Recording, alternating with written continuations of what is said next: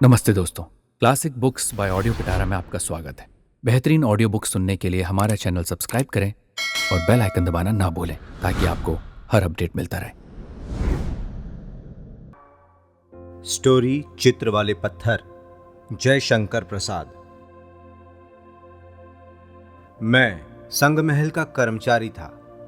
उन दिनों मुझे विंध्य शैलमाला के एक उजाड़ स्थान में सरकारी काम से जाना पड़ा। भयानक वनखंड के बीच पहाड़ी से हटकर एक छोटी सी डाक बंगलियां थी। मैं उसी में ठहरा था। वहीं एक पहाड़ी में एक प्रकार का रंगीन पत्थर निकला था। मैं उनकी जांच करने और तब तक पत्थर की कटाई बंद करने के लिए वहां गया था। उस झाड़खंड में छोटी सी संदूक की तरह मनुष्य जीवन की रक्षा के लिए बनी हुई बंगलियां मुझे विलक्षण मालूम हुई, क्योंकि वहां पर प्रकृति की निर्जन शून्यता, पथरीली चट्टानों से टकराती हुई हवा के झोंके के दीर्घ निश्वास उस रात्रि में मुझे सोने न देते थे। मैं छोटी सी खिड़की से सिर निकालकर जब भी कभी उस सृष्टि के खंडहर को देखने लगता तो भय और उद्वेग मेरे मन पर इतना बोझ डालते कि मैं कहानियों में पड़ी हुई अतिरंजित घटनाओं की संभावना से ठीक संकुचित होकर भीतर अपने तकिए पर पड़ा रहता था। अंतरिक्ष के भीतर न जाने कितनी ही आश्चर्यजनक लीलाएं करके मानवीय आत्माओं ने अपना निवास बना लिया है। मैं कभी कभी आवेश में सोचता कि भत्ते के लोभ से मैं ही क्यों यहां चला आया। क्या वैसी ही कोई अद्भुत घटना होने वाली है? मैं फिर जब अपने साथी नौकर की ओर देखता तो मुझे साहस हो जाता और क्षण भर के लिए स्वस्थ होकर नींद को बुलाने लगता। किंतु कहां, वो तो सपना हो रही थी। रात कट गई। मुझे कुछ झपकी आने लगी। किसी ने बाहर से खटखटाया और मैं घबरा उठा। खिड़की खुली हुई थी। पूरब की पहाड़ी के ऊपर आकाश में लाली फैल रही थी। मैं निडर होकर बोला, कौन है? इधर खिड़की के पास आओ। जो व्यक्ति मेरे पास आया उसे देखकर मैं दंग रह गया। कभी वो सुंदर रहा होगा, किंतु आज तो उसके अंग अंग से मुंह की एक एक रेखा से उदासीनता और कुरूपता टपक रही थी। आंखें गड्ढे में जलते हुए अंगारों की तरह धक धक कर रही थी। उसने कहा, मुझे कुछ खिलाओ। मैंने मन ही मन सोचा कि यह आपत्ति कहां से आई, वो भी रात बीत जाने पर। मैंने कहा, भले आदमी, तुमको इतने सवेरे भूख लग गई? उसकी दाढ़ी और मूंछों के भीतर छिपी हुई दांतों की पंक्ति रगड़ उठी। वो हंसी थी या थी किसे कोने की मर्मांतक पीड़ा की अभिव्यक्ति, कह नहीं सकता। वो कहने लगा, व्यवहार कुशल मनुष्य संसार के भाग्य से उसकी रक्षा के लिए बहुत थोड़े से उत्पन्न होते हैं। वो भूखे पर संदेह करते हैं। एक पैसा देने के साथ नौकर से कह देते हैं, देखो इसे चना दिला देना। वो समझते हैं एक पैसे की मलाई से पेट ना भरेगा। तुम ऐसे ही व्यवहार कुशल मनुष्य हो। जानते हो कि भूखे को कब भूख लगनी चाहिए। जब तुम्हारी मनुष्यता स्वांग बनाती है तो अपने पशु पर देवता की खाल चढ़ा देती है और स्वयं दूर खड़ी हो जाती है। मैंने सोचा कि ये दार्शनिक भिखमंगा है और कहा, अच्छा बाहर बैठो। बहुत शीघ्रता करने पर नौकर के उठने और उसके लिए भोजन बनाने में घंटों लग गए। जब मैं नहा धोकर पूजा पाठ से निवृत्त होकर लौटा तो वो मनुष्य एकांत मन से अपने खाने पर जुटा हुआ था। अब मैं उसकी प्रतीक्षा करने लगा। वो भोजन समाप्त करके जब मेरे पास आया तो मैंने पूछा, तुम यहां कर क्या रहे थे? उसने स्थिर दृष्टि से एक बार मेरी ओर देखकर कहा, बस इतना ही पूछिएगा या और भी कुछ? मुझे हंसी आ गई। मैंने कहा, मुझे अभी 2 घंटे का अवसर है। तुम जो कुछ कहना चाहो कहो। वो कहने लगा, मेरे जीवन में उस दिन अनुभूतिमय सरसता का संचार हुआ। मेरी छाती में कुसुमाकर की वनस्पति अंकुरित, पल्लवित, कुसुमित होकर सौरभ का प्रसार करने लगी। ब्याह के निमंत्रण में मैंने देखा उसे, जिसे देखने के लिए ही मेरा जन्म हुआ था। वो थी मंगला की यौवनमयी उषा। सारा संसार उन कपोलों की अरुणिमा की गुलाबी छटा के नीचे मधुर विश्राम करने लगा। वो मादकता विलक्षण थी। मंगला के अंग कुसुम से मकरंद छलका पड़ता था। मेरी धवल आंखें उसे देखकर ही गुलाबी होने लगी। ब्याह की भीड़ भाड़ में इस ओर ध्यान देने की किसको आवश्यकता थी, किंतु हम दोनों को भी दूसरी ओर देखने का अवकाश नहीं था। सामना हुआ और एक घूंट, आंखें चढ़ जाती थी, अधर मुस्कुराकर खिल जाते और हृदय पिंड पारद के समान वसंत कालीन चलदल किसलिए की तरह कांप उठता। देखते ही देखते उत्सव समाप्त हो गया। सब लोग अपने अपने घर चलने की तैयारी करने लगे, परंतु मेरा पैर तो उठता ही ना था। मैं अपनी गठरी जितनी ही बांधता वो खुल जाती। मालूम होता था कि कुछ छूट गया है। मंगला ने कहा, मुरली, तुम भी जाते हो? जाऊंगा ही, तो भी तुम जैसा कहो। अच्छा, तो फिर कितने दिनों में आओगे? अब ये तो भाग्य जाने। अच्छी बात है। वो जाड़े की रात के समान ठंडे स्वर में बोली। मेरे मन को ठेस लगी। मैंने भी सोचा कि फिर यहां क्यों ठहरूं, चल देने का निश्चय किया। फिर भी रात तो बितानी ही पड़ी। जाते हुए अतिथि को थोड़ा और ठहरने के लिए कहने से कोई भी चतुर गृहस्थ नहीं चूकता। मंगला की मां ने कहा, और मैं रात भर ठहर गया, पर जागकर रात बीती। मंगला ने चलने के समय कहा, अच्छा तो। इसके बाद नमस्कार के लिए दोनों सुंदर हाथ जुड़ गए। चिढ़कर मन ही मन मैंने कहा, यही अच्छा है तो बुरा ही क्या है। मैं चल पड़ा। कहां? घर नहीं, कहीं और। मेरी कोई खोज लेने वाला ना था। मैं चला जा रहा था।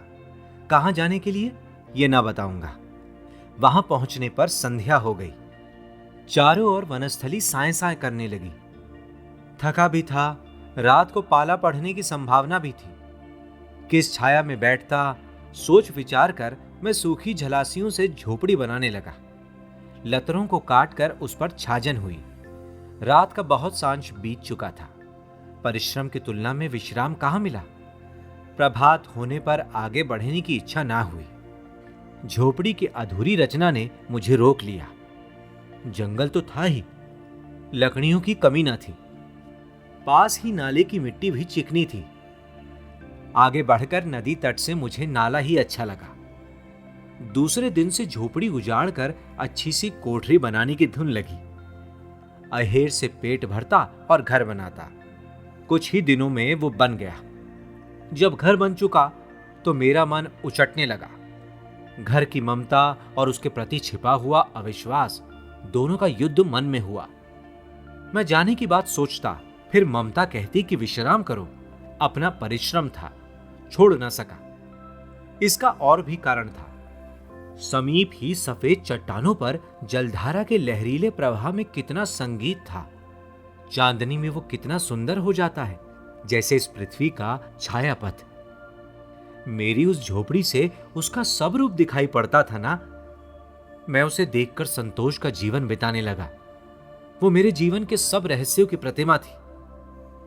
कभी उसे मैं आंसू की धारा समझता, जिसे निराश प्रेमी अपने आराध्य की कठोर छाती पर व्यर्थ ढुलकाता हो।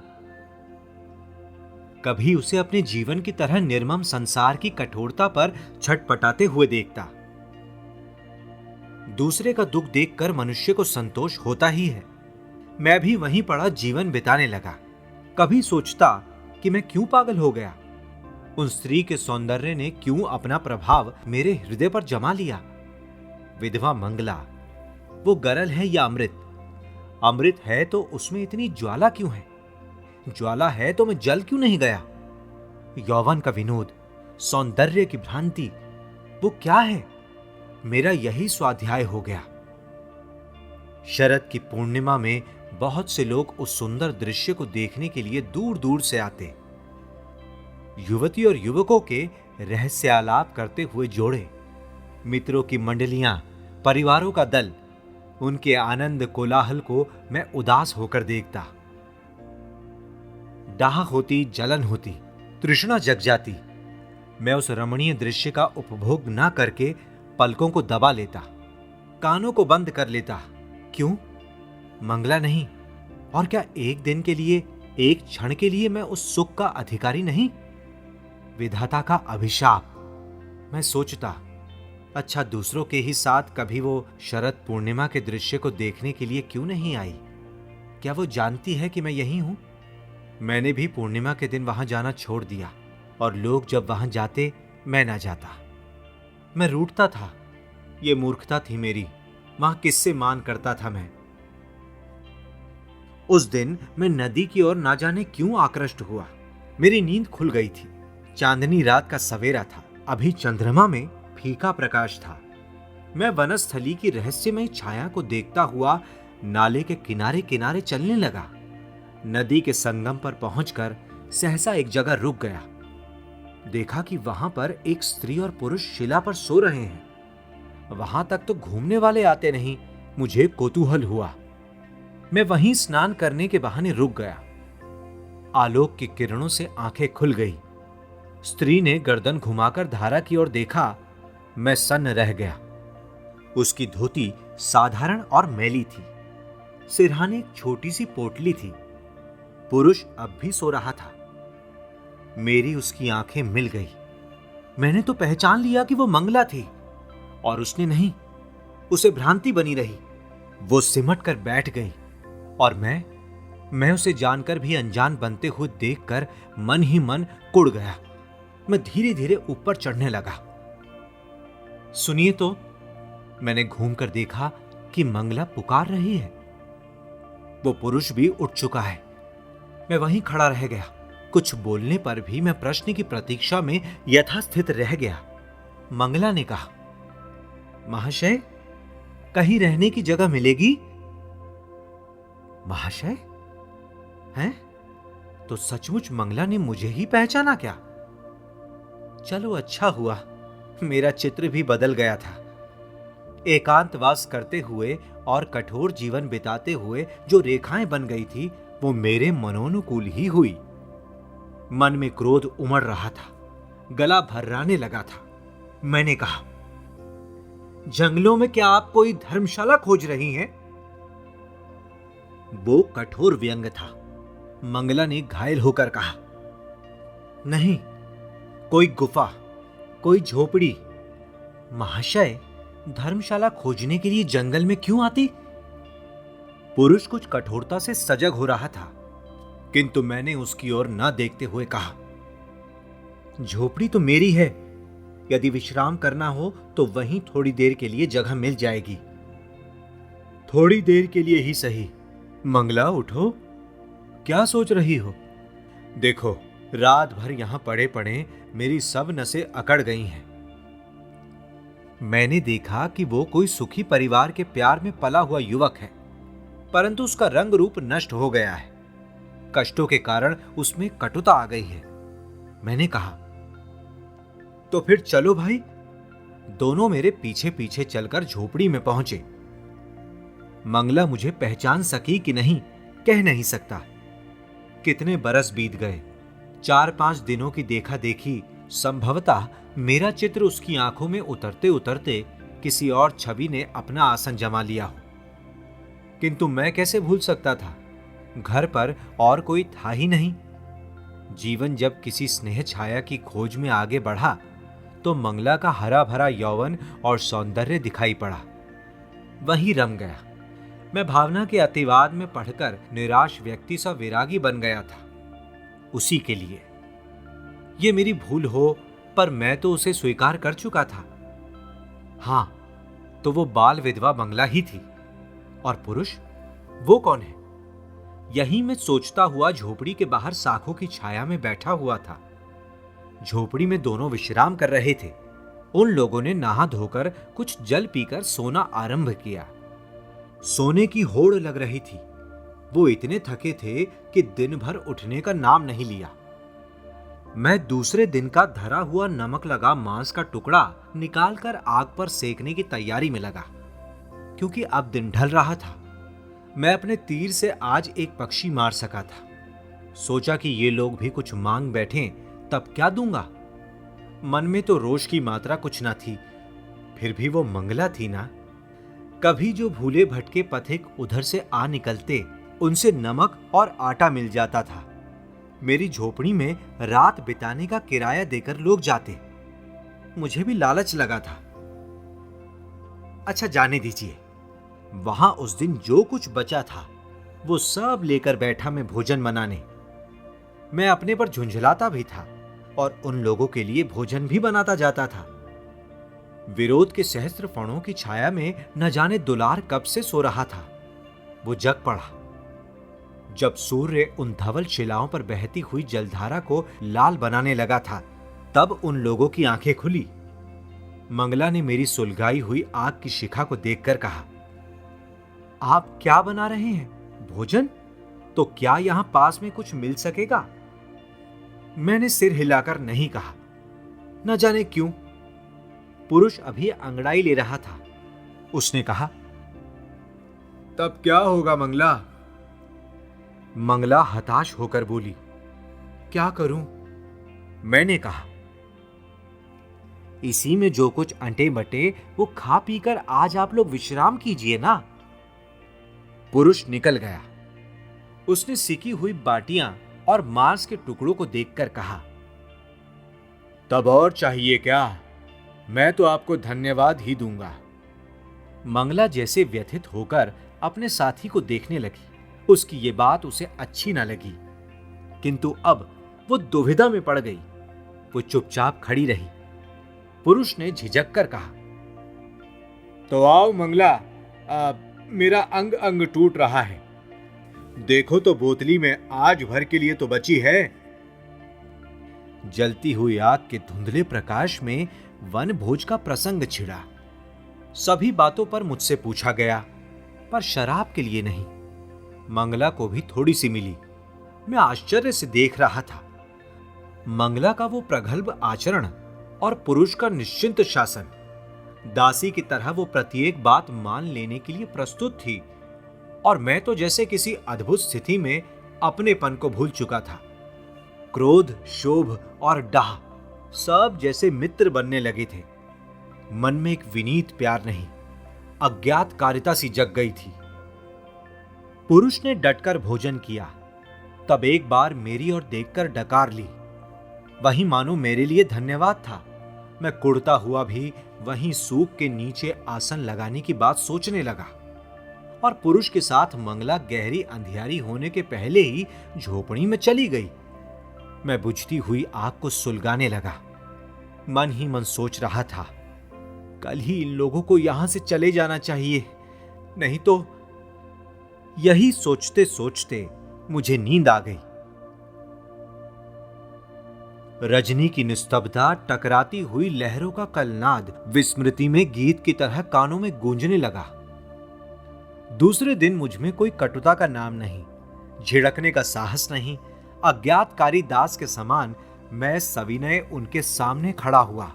महाशय, कई मील तो जाना पड़ेगा, परंतु थोड़ा सा कष्ट कीजिए ना।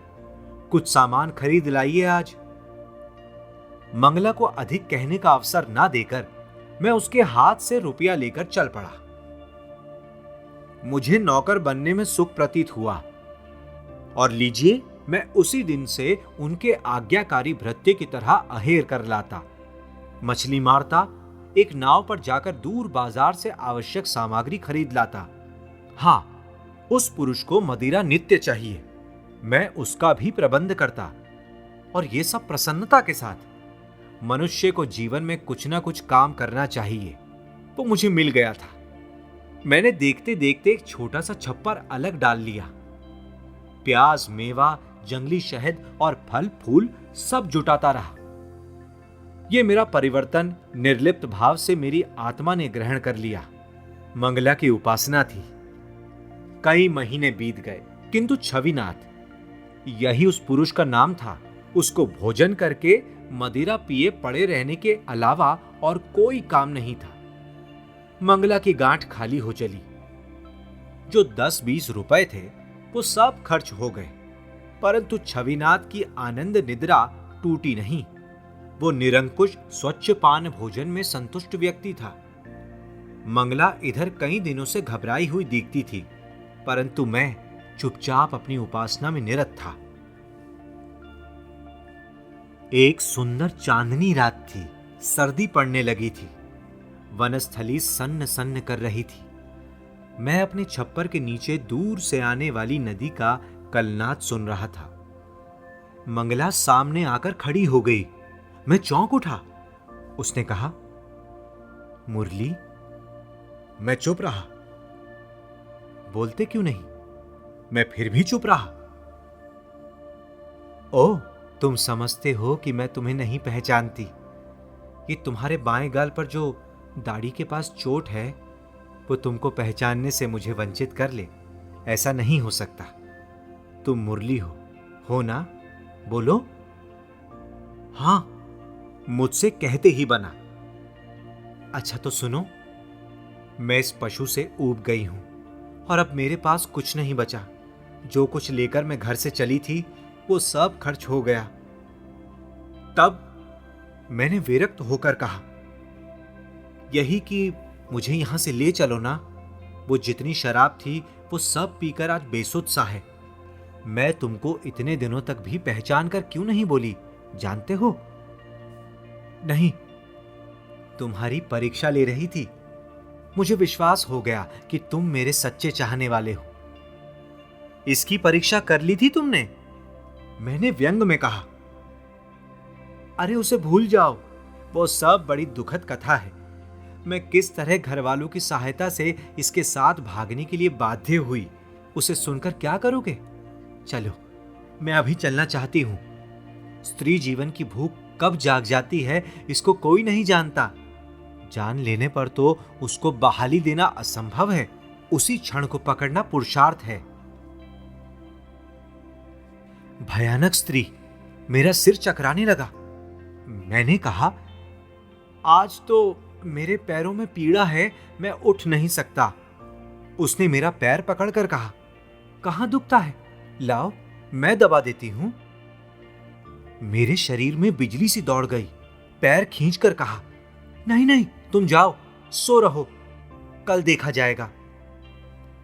तुम डरते हो ना? ये कहकर उसने कमर में से छुरा निकाल लिया।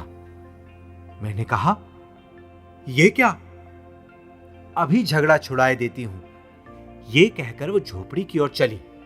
मैंने लपक कर उसका हाथ पकड़ लिया और कहा, आज ठहरो, मुझे सोच लेने दो। सोच लो। ये कहकर छुरा कमर में रख वो झोपड़ी में चली गई। मैं हवाई हिंडोलों पर चक्कर खाने लगा। स्त्री, ये स्त्री है?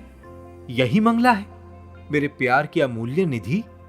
मैं कैसा मूर्ख था। मेरी आंखों में नींद नहीं।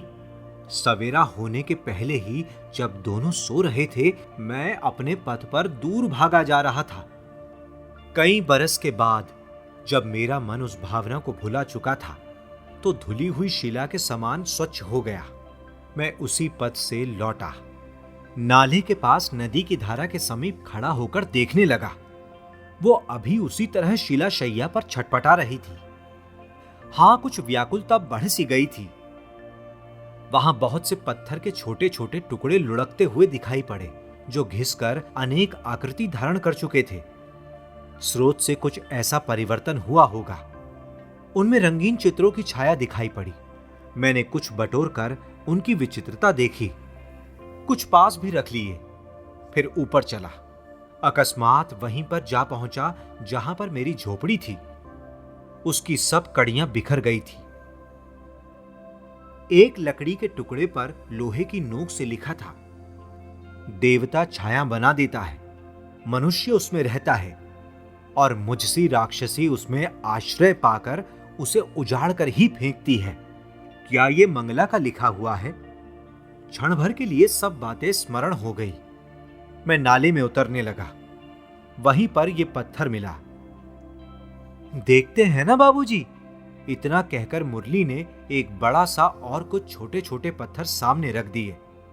वो फिर कहने लगा, इसे घिसकर और भी साफ किए जाने पर वही चित्र दिखाई दे रहा है। एक स्त्री की धुंधली आकृति राक्षसी सी। ये देखिए, छुरा है हाथ में और वो साखू का पेड़ है और ये हूं मैं। थोड़ा सा ही मेरे शरीर का भाग इसमें आ चुका है। ये मेरी जीवनी का आंशिक चित्र है। मनुष्य का हृदय न जाने किस सामग्री से बना है। वो जन्म जन्मांतर की बात स्मरण कर सकता है और एक क्षण में सब भूल सकता है, किंतु जड़ पत्थर, उस पर तो जो रेखा बन गई सो बन गई।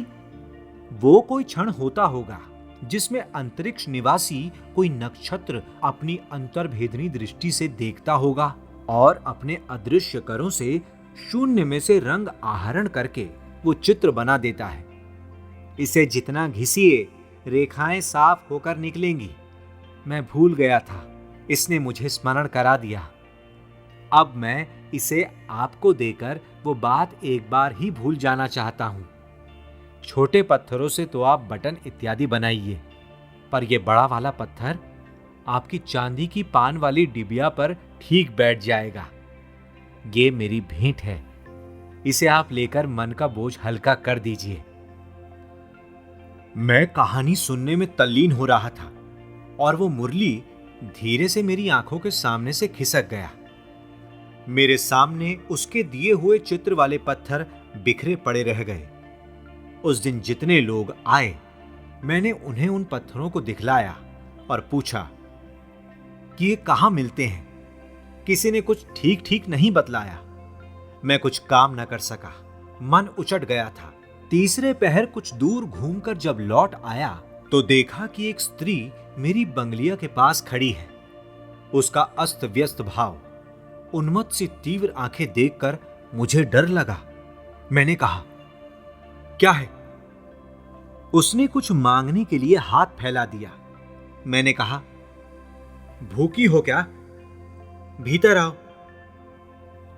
वो भयाकुल और संशक दृष्टि से मुझे देखती लौट पड़ी। मैंने कहा, सुनो, लेती जाओ। किंतु वो कब सुनने वाली थी? चित्र वाला बड़ा पत्थर सामने दिखाई पड़ा।